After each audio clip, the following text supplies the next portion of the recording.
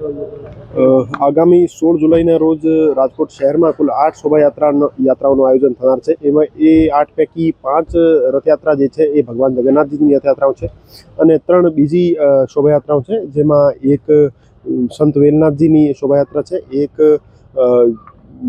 બીજી માતાજીની જન્મોત્સવની શોભાયાત્રા છે અને એક અન્ય રામાપીર દેવની શોભાયાત્રા છે.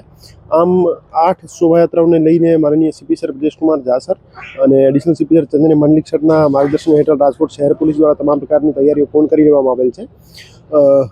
તમામ પોલીસ સ્ટેશન સ્તર ઉપર જે એરિયા ડોમિનેશનની કાર્યવાહી અને ફ્લેગ માર્ચની કાર્યવાહી કરવાની થાય છે એ પૂરી કરી લીધી છે.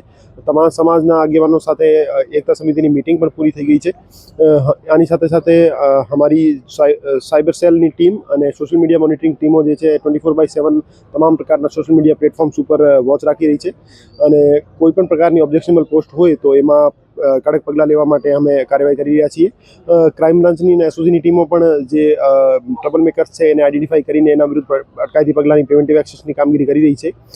બંદોબસ્ત ડિપ્લોયમેન્ટની વાત કરીએ તો આવતીકાલના બંદોબસ્તમાં કુલ એક ડીઆઈજી શ્રીના માર્ગદર્શન હેઠળ 4 DCP Shri, 6 ACP Shri, 23 PI Shri, 91 PSI Shri અને 900 કરતાં વધારે પોલીસ જવાન જે છે એ તૈનાત રહેવાના છે અને એની પોલીસ જવાનો સાથે ટીઆરબી, હોમગાર્ડ અને એસઆરપીના જવાનોની સંખ્યા સામેલ કરીએ તો 1800 કરતાં વધુ જવાનો આવતીકાલના બંદોબસ્તમાં તૈનાત રહેવાના છે અને અમે કોન્ફિડન્ટ છીએ કે આવતીકાલનો જે તમામ બંદોબસ્ત છે એ શાંતિપૂર્ણ, સમન્વયપૂર્ણ માહોલમાં પૂર્ણ થશે.